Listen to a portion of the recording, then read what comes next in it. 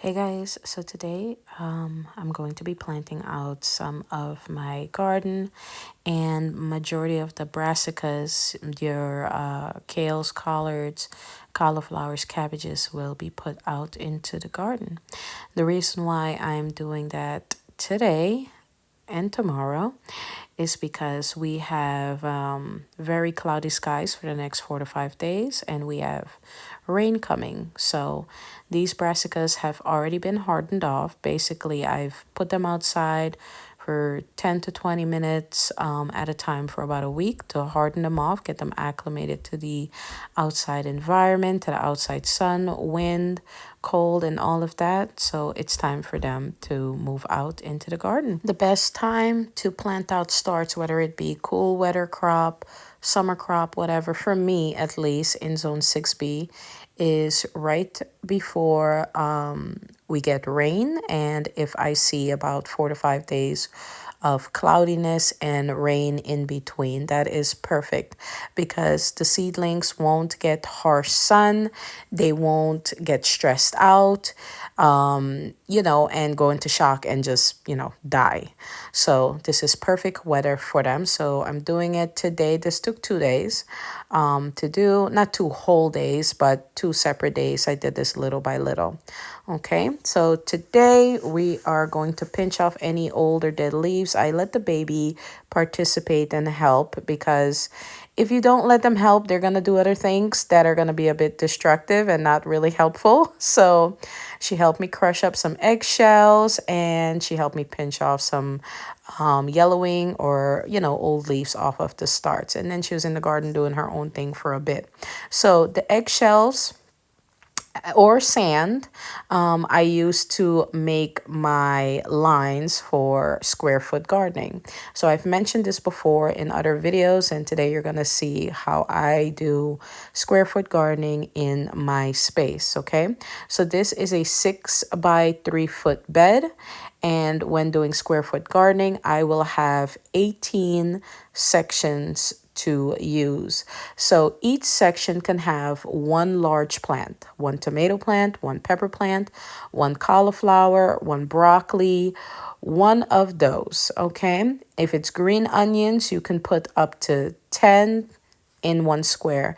If it's carrots, you can do 15, 20 carrots a square, depending on the variety. Of course, if it's a larger variety, obviously you would do less.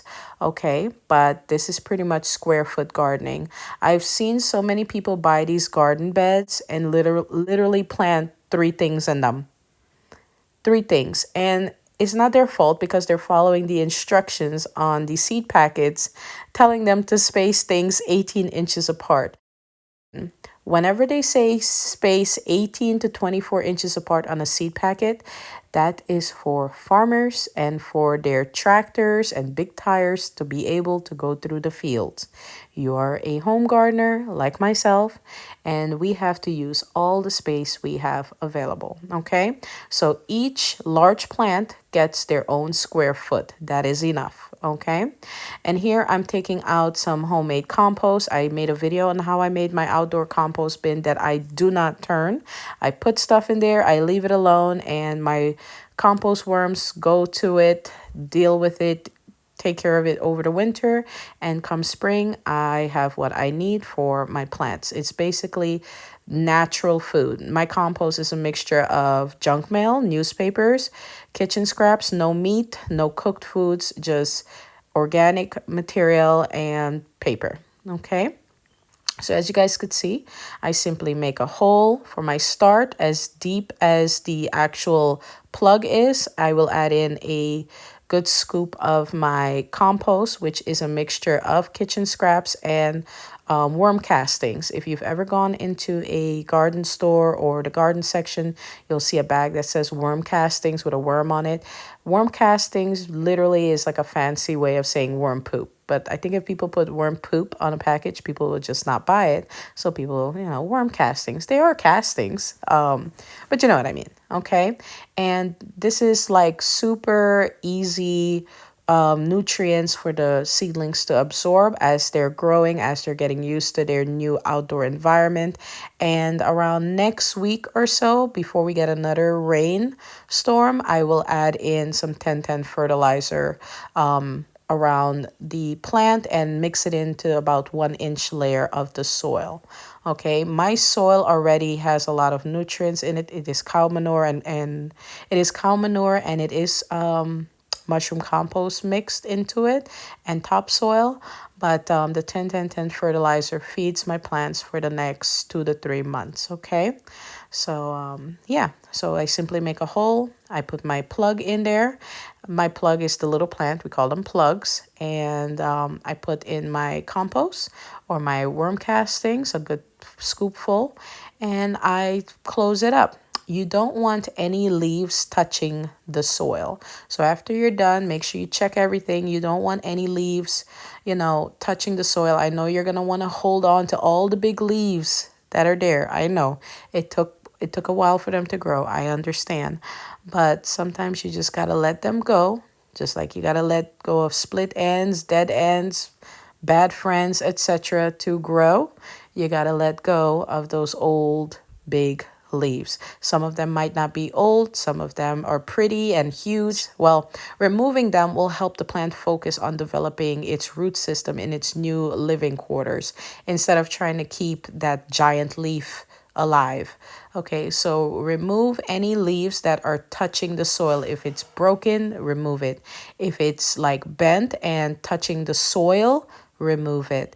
You don't need it. Okay, like this one right here, it is bent and it's touching the soil. It has to go. So I'm going to remove that. So don't let it touch the soil. This can also cause the plant to, pretty much be prey for slugs that want to eat it. So remove any leaves that are touching the soil. Nothing touches the soil, okay?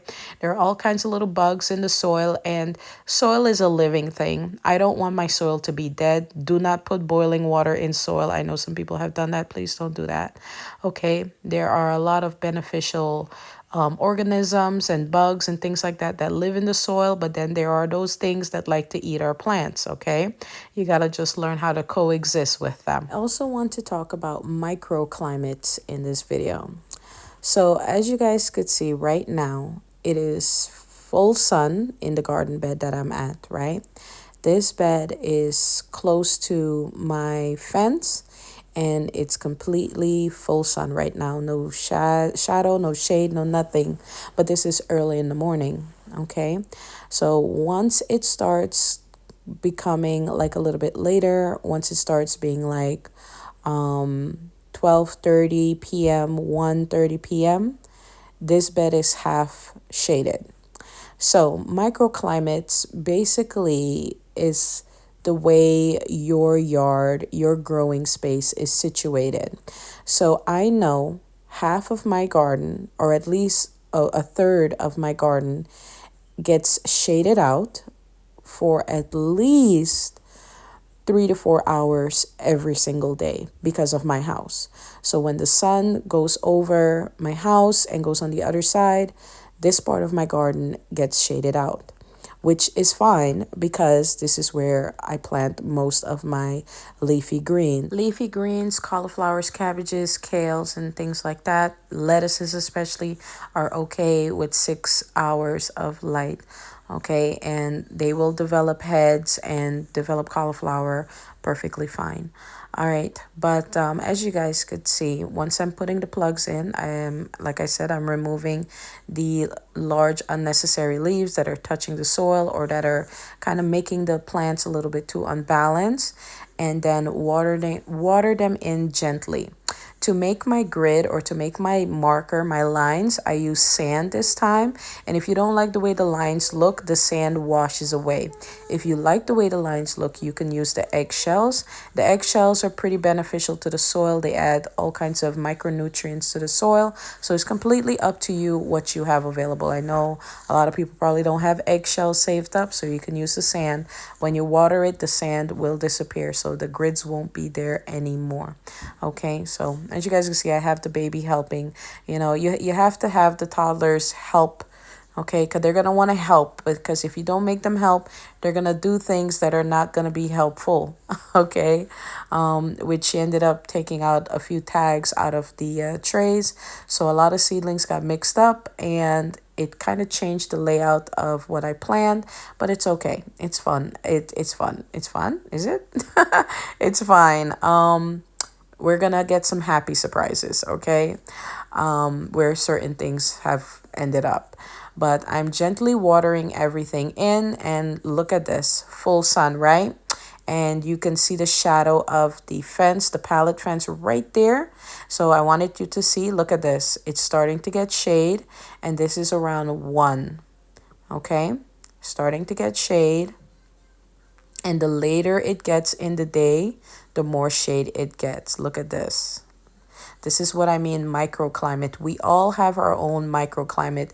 What I have going on in my garden would not be the same going on in my neighbor's garden, because her house may not be the size of my house, or her garden might not be situated in the backyard or in the same spot as mine. So we all have our microclimate. So you have to learn your microclimate.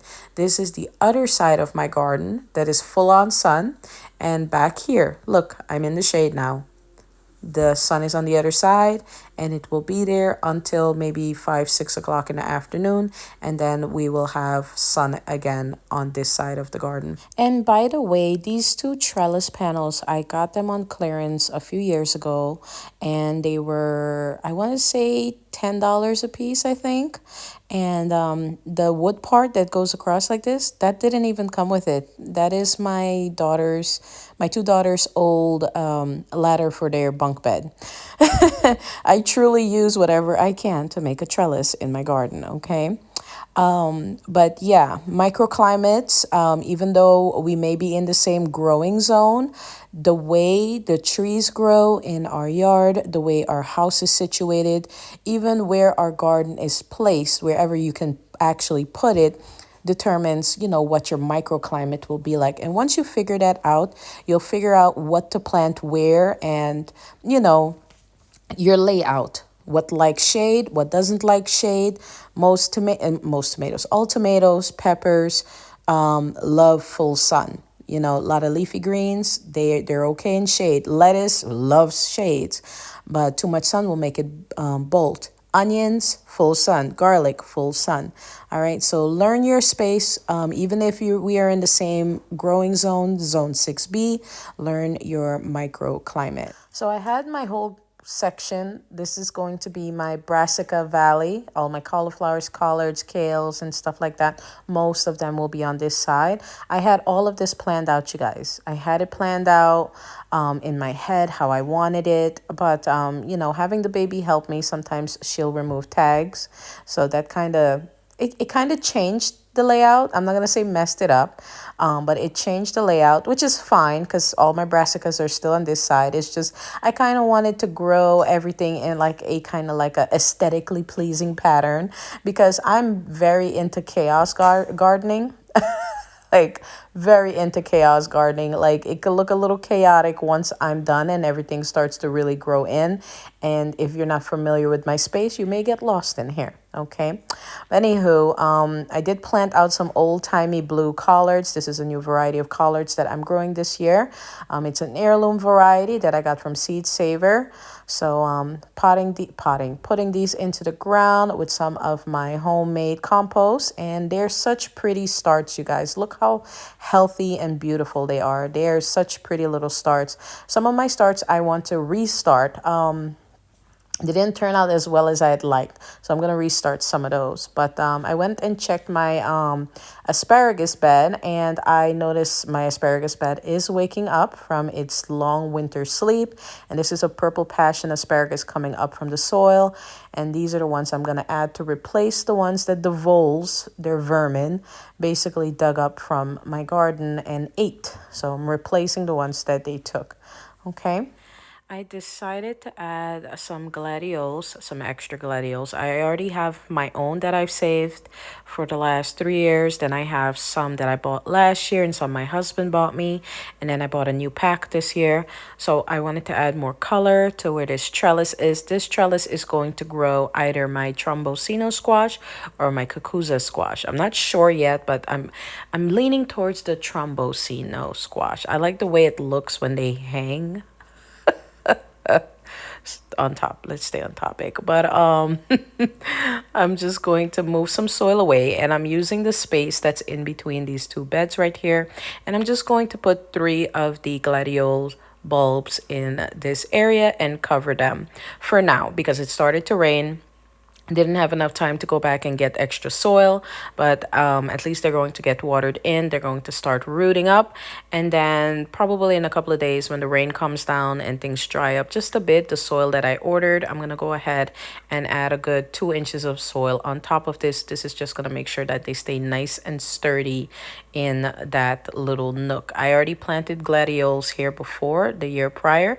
That's why these stones are here, so they can remind me that I put gladiols here. Okay, so I don't go planting anything else there. That's gladiole area. Okay, and I do love how these flowers look. They're absolutely beautiful. The hummingbirds love them, the pollinators love them, and it also makes the garden look so pretty with the flowers that they produce. Some of them have really bright reds, deep burgundies, yellow, white with pink, pink with yellow. It's really pretty. So it adds a lot of beautiful pops of color to the garden. Okay. And I know I say okay a lot, but that's just how I talk. All right. So I hope it doesn't bother anybody. And if it does, if you don't like it, you know what you can do. It is completely fine. I promise.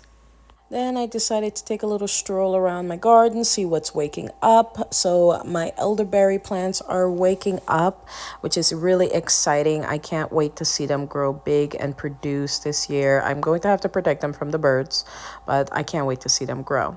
I also got some peonies. I'm not sure how you guys say it, but peonies, that's how I pronounce it, from the Dollar General. And these were 2 good size ones. I actually had some already that I got from one of my neighbors, but the voles ate them, destroyed them. So, and there's certain things voles are not supposed to eat, but mines are like, since they arrived to my garden last year, they just eat everything, including onions. Onions are supposed to be on the no-eat list for them, but they will eat it. And if they don't like it, they will push it out of the ground. And I've seen them do this. They've even pushed out some of my garlic out of the ground because they didn't like it. But they will, mess with alliums and onions and things like that. So I'm going to start these guys in pots first, let them grow big, and then plant them out in the garden and hope for the best. But this is how everything looks. I hope you guys enjoyed the video. If you did, give it a thumbs up, like it, comment, let me know if you enjoyed it, and I'll see you very soon in another video. Bye guys.